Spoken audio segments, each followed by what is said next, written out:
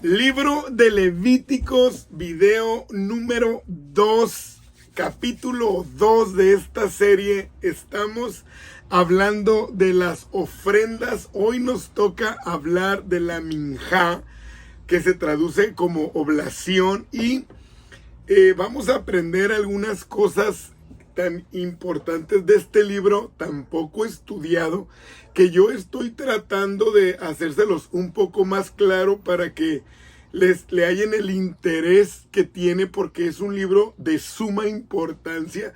La Biblia sin este libro no estaría completa, y aquí hay tanta revelación de Cristo como no te lo puedes imaginar.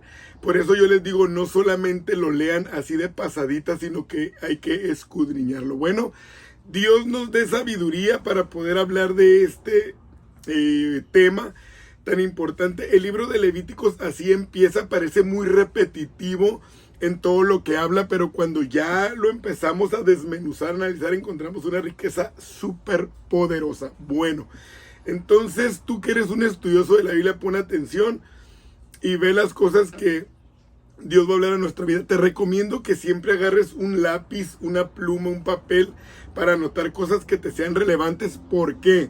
Porque regularmente cuando vas a una clase, escuchas una predicación, vas a escuchar algún tema, una plenaria, etcétera, solamente oímos y nos gustan temas, cosas, nos gustan a lo mejor alguna anécdota, algún ejemplo, alguna historia, pero nunca anotamos. Entonces ahí se pierde todo lo demás. Empecemos entonces capítulo 2, versículo 1. Cuando alguna persona ofreciere oblación a Jehová, su ofrenda será flor de harina, sobre la cual echará aceite y pondrá sobre ella incienso. Bueno, les decía que la minjá, que es la traducción de oblación, era un regalo a un superior, a un Dios. Era ofrecerle algo al Señor. En este caso estamos hablando de vegetales, ¿no? En esta ofrenda. Y el primero que ya sabemos que hizo esta ofrenda, pues nos tenemos que remontar a Génesis 4, fue Caín. Regularmente cuando ofrecían esta ofrenda iba acompañada también con alguna otra ofrenda con derramamiento de sangre, pero no quiere decir que no pudiera ser así sola, ¿no? Entonces también era una ofrenda muy común entre los pobres, porque acuérdense que esta ofrenda era un tipo de comer o tener comunión con Dios. Entonces era como que como contigo lo que yo tengo para comer, ¿no? Hablando como de estatus, de nivel. Esta ofrenda debía de ser de flor de harina. Bueno, la flor de harina, que realmente costaba el doble de trabajo para hacerla, porque era una harina muy refinada, o sea, era un cereal muy cernido. Recordemos que del trigo sacaban la harina, entonces era un proceso muy arduo. De hecho, ha sido semejante el proceso para lograr este producto de flor de harina al proceso de la vida de Cristo, ¿no? El cual lo sufrió por salvarnos. Acuérdense que Él pues nació, vivió, creció, su muerte, fue golpeado por las situaciones de su tiempo, cegado, trillado, sembrado, molido, cernido.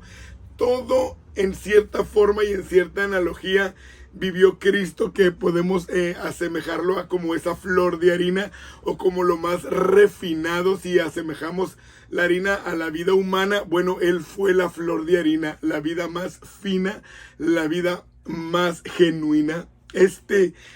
Obviamente no era como en nuestros tiempos, donde pues hay grandes molinos, ¿no? Para lograr esta flor de harina era un proceso que tardaba mucho tiempo. Y muchas veces la harina no quedaba bien, le quedaban grumos, quedaba de una manera que no estaba como debía de quedar. Y vemos esto en la personalidad de Jesús, en esa humanidad bien integrada. O sea, miren, me sorprende, estaba escuchando a un comentarista, dice, es que la vida de Jesús era una vida de una persona normal, ¿no? Bueno, a lo mejor se te hace algo X decir, pues él era una persona normal, sí, pero realmente llegar al nivel, al concepto para hablar de ser una persona normal, es hablar de una persona bien integrada, una persona que ha logrado dominar y establecer varias pautas en su vida para que no haya altibajos en él. Entonces, en la psicología, por ejemplo, anormal, te enseñan muchos síntomas que puedes ver en la gente, o todos tenemos un tipo de que no estamos equilibrados para considerarnos normales. O sea, ¿cómo te explico? Por ejemplo, en un concepto bíblico, mira, por ejemplo, el apóstol Pablo era un gran orador, era un gran predicador, era un gran teólogo, pero físicamente él estaba disminuido, o sea, su cuerpo arrastraba consecuencias, entonces eso no lo hacía una persona normal, estaba batallando. Otro de los casos puede ser Sansón, el cual su cuerpo estaba espectacular, una gran fuerza, una gran masa, pero mentalmente no razonaba bien, era muy necio. También el apóstol Pedro podía tener una convicción de decisión, pero luego él mismo echarla por el suelo. O sea, son ejemplos que te puedo dar de cómo emocionalmente pues no somos normales. Hay desequilibrios en toda la humanidad, pero Jesús era una persona normal. Entonces te digo esto para que veamos que realmente ser una persona normal se trata de un trabajo excelso, sublime, que solo él lo pudo hacer. Los demás no somos normales, somos anormales, ¿no? ¿Por qué? Bueno, porque en cierta manera el pecado ha deformado a la humanidad. Entonces eso es lo que nos lleva a tener deficiencias tanto físicas, emocionales, mentales, de todo tipo, y no podemos llegar a esa normalidad, ¿no? Miren, hablando del trigo, de donde se sacaba esa flor de harina, en Egipto, por ejemplo, se han encontrado granos de trigo intactos después de siglos y siglos y siglos, y me viene mucho a la mente que lo que dice la Biblia, que hay muchos... que si el trigo no muere, queda solo. Y así pasa con mucho cristiano que no se deja pulir, que no se deja cernir, que no se deja moler para llegar a ser una vida elevada. Entonces quedan solos, sin fruto, sin nada, sin ministerio, sin dones, sin función. ¿Por qué? Porque no podemos morir primero. El trigo tiene que morir para dar fruto. Entonces nosotros también tenemos que morir para que salga de nosotros esta harina, que es flor de harina, que es la mejor que puede haber, ¿no? Bueno, esta ofrenda también llevaba algo que era el incienso, ¿no? Para perfumarla. ¿Qué quiere decir esto? Que nosotros que somos masa, o que representamos esta masa, no podemos estar sin oración. Nuestra vida debe de tener oración. Y luego también le era con aceite, es decir, nuestra vida tiene que estar llena del Espíritu Santo. Eso es lo que tipifica que nosotros tenemos que ser harinas finas, con oración y con aceite, que es el Espíritu Santo. Entonces, esta ofrenda se la llevaban a los sacerdotes, hijos de Aarón, y de ello, dice, tomará el sacerdote su puño lleno de la flor de harina y del aceite con todo el incienso, y lo hará arder sobre el altar para memorial. Era ofrenda encendida de olor grato a Jehová. O sea, agarraba el puñito, no crean que agarraba un puñote así, un puñito con los dedos, y la rociaba para que fuera quemada. Entonces llevaba todos los elementos, la harina, el aceite y el incienso. O sea, era un conjunto que era lo que le gustaba a Dios, ¿no? Y esto debían hacerlo ellos continuamente con este tipo de ofrendas. Lo que restaba, dice el verso 3, era cosa santísima, y eso será de Aarón y de sus hijos, ¿no? Servía como sustento para ellos, para alimento de ellos. Verso 4, cuando ofrecieres ofrenda cocida en horno, que era otro tipo de ofrenda, aunque eran los mismos elementos, pero ahora no era cruda, sino era cocida en horno. O sea, era como panes, pues, aunque la Biblia le pone tortas, eran también de flor de harina, sin levadura, es decir, sin pecado, sin mezcla. O sea, la masa debería ser pura, como debe de ser la vida del cristiano, como era la vida de Cristo, sin pecado. Entonces era sin levadura, y era amasada con aceite. Es decir, la harina de trigo y el aceite hacían esta masa que representa la mezcla del humano con el Espíritu Santo siempre. Y hojaldres sin levadura untadas con aceite. O sea, la flor de harina pues sin grumos, sin partes ásperas. Y eso solamente lo puede hacer el aceite en ella y en nosotros, para que no haya una vida áspera, una vida sin grumos. Necesitamos el poder del Espíritu Santo porque nosotros somos esa ofrenda que Dios quiere como olor grato. Entonces, otra de las cosas que hacía una diferencia era que era cocida al horno, y que esto tipifica pues el sufrimiento, ¿no?, que llevó a Cristo a la cruz. Él como ofrenda sublime. También aquí en el verso 5 dice otro tipo, los mismos elementos. Si su ofrenda fuere de sartén, ¿no?, también debía decir sin levadura. Recordemos, siempre la levadura es a tipo y figura de sin pecado. Amasado con aceite, es que no se podía vivir nosotros sin el Espíritu Santo. Entonces, ¿por qué sin levadura? Bueno, porque aparte tipifica la hipocresía, la corrupción, un tipo de putrefacción, y eso es lo que no quiere Dios en nuestro servicio. Él quiere una sinceridad. El pan leudado, ¿por qué no? Bueno, porque también es algo que pronto se echa a perder. Y es lo que el cristiano no debe de ser, una llamarada de petate, sino perseverar, caminar y siempre estar listo para servir y para alimentar. Entonces, sin levadura, ¿por qué? Bueno, porque eso habla de una vida cristiana sincera y verdadera. Encontramos muchas aplicaciones a nuestra vida, y cuando tú vayas a este estudio tú también las vas a encontrar, porque realmente Levíticos es un libro impactante para nosotros. Verso 7, si ofrecieres ofrenda cocida en cazuela, es otra forma, se hará de flor de harina con aceite. Es decir, según la comodidad, por decirlo, ellos la podían preparar, o según lo que ellos tuvieran a la mano, según lo que se les facilitara, o la costumbre que ellos tuvieran de cocinar, era como ellos la podían preparar, y no había aquí pretextos para decir no puedo, no pude, no lo hice, ¿no? Porque aún hasta cruda se podía ofrecer.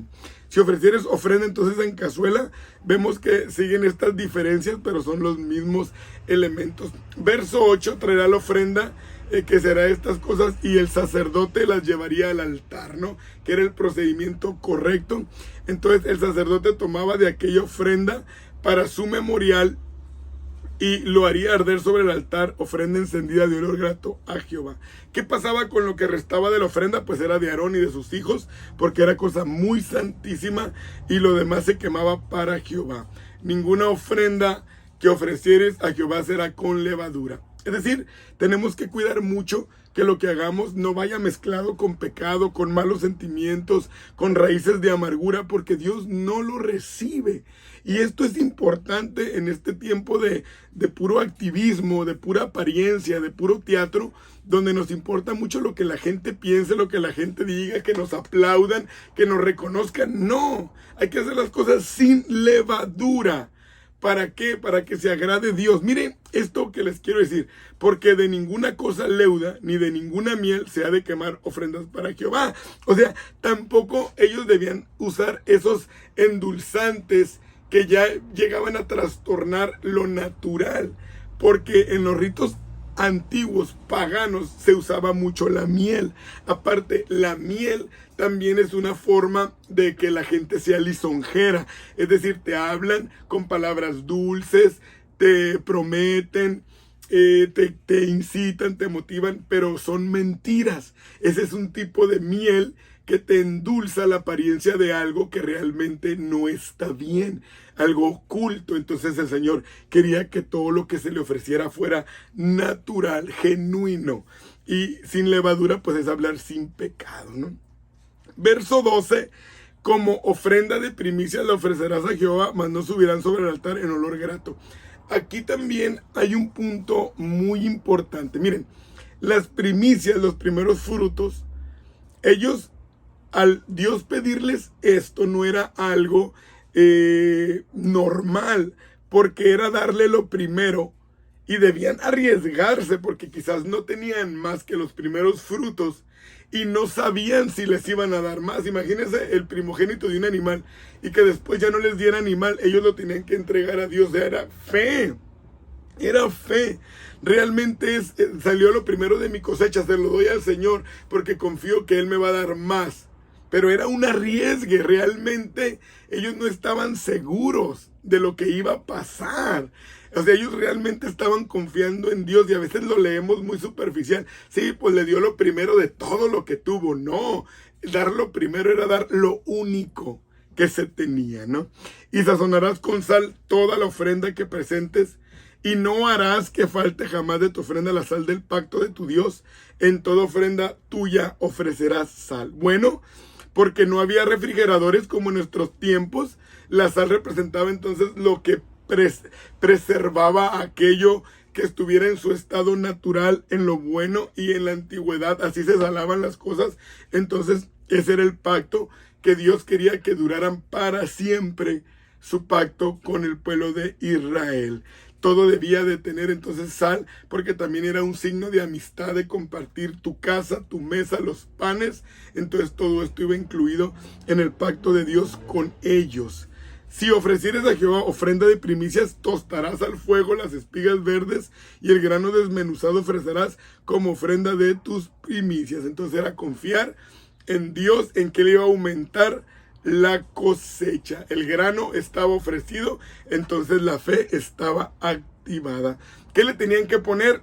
Volvemos a la misma dinámica: aceite e incienso. O sea, la ofrenda debía estar ungida y debía de llevar ese aromatizante especial que representa tus oraciones, que es como un perfume para Dios, y el aceite, que es el Espíritu Santo sobre nosotros. Todo tenía que ver en estas ofrendas, ¿no? Y el sacerdote, cierro con esto este video número 2 de Levíticos, que confío en Dios que te sea de bendición y que también lo compartas para que más pueda, con alguna palabra, con alguna enseñanza, apasionarse por la Biblia y meterse al estudio y enseñarla. Y el sacerdote hará arder el memorial de él, parte del grano desmenuzado y del aceite con todo el incienso. Es ofrenda encendida para Jehová. Bueno, cierro. La flor de harina también puede representar los dones y los ministerios que Dios da, y que como llevan un trabajo extenuante para lograrlo, bueno, debemos de trabajar en ellos para que sean de una manera ministrados excelentemente y abundantemente. La masa representa al hombre, el cual siempre va a necesitar del aceite, es decir, del Espíritu Santo y del incienso, de la oración. Mi deseo es que Dios te bendiga, que crezcas en la palabra de Dios y que camines siendo alumbrado por ella. Levíticos con todo. Bendiciones totales. Ánimo.